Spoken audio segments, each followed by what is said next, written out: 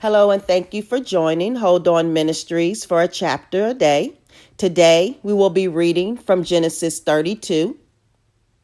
Jacob went on his way, and God's messengers approached him.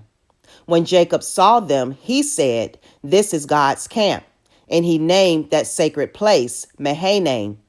Jacob sent messengers ahead of him to his brother Esau toward the land of Seir, the open country of Edom. He gave them these orders. "Say this to my master Esau. This is the message of your servant Jacob. I've lived as an immigrant with Laban, where I've stayed till now. I own cattle, donkeys, flocks, men servants, and women servants.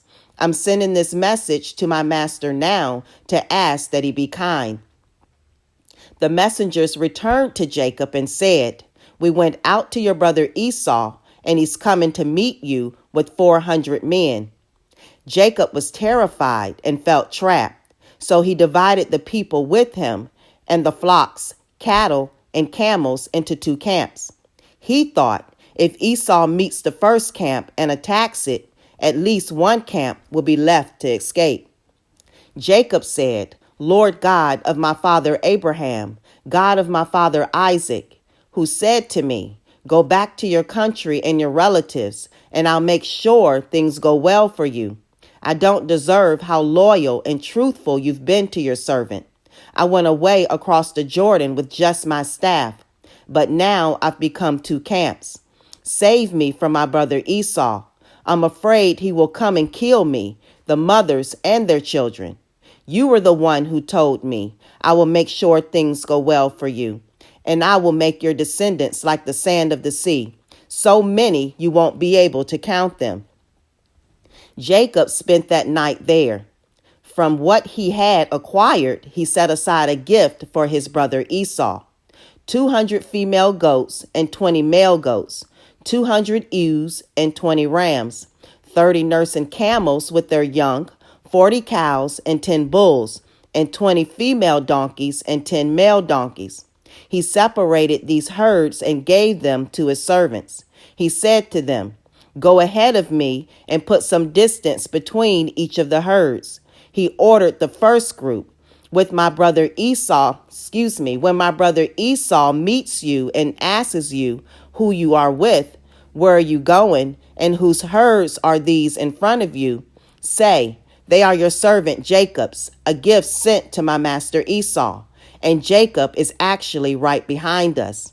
He also ordered the second group, the third group, and everybody following the herds, say exactly the same thing to Esau when you find him. Say also, "Your servant Jacob is right behind us." Jacob thought, "I may be able to pacify Esau with the gift I'm sending ahead. When I meet him, perhaps he will be kind to me." So Jacob sent the gift ahead of him, but he spent that night in the camp. Jacob got up during the night, took his 2 wives, his 2 women servants, and his 11 sons, and crossed the Jabbok River's shallow water. He took them and everything that belonged to him, and he helped them cross the river. But Jacob stayed apart by himself, and a man wrestled with him until dawn broke. When the man saw that he couldn't defeat Jacob, he grabbed Jacob's thigh and tore a muscle in Jacob's thigh as he wrestled with him. The man said, "Let me go because the dawn is breaking." But Jacob said, "I won't let you go until you bless me." He said to Jacob, "What's your name?" And he said, "Jacob." Then he said, "Your name won't be Jacob any longer, but Israel, because you struggled with God and with men and won." Jacob also asked and said, "Tell me your name." But he said, "Why do you ask for my name?" And he blessed Jacob there.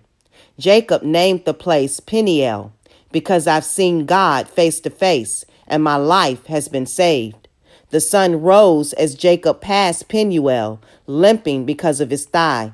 Therefore, Israelites don't eat the tendon attached to the thigh muscle to this day, because he grabbed Jacob's thigh muscle at the tendon.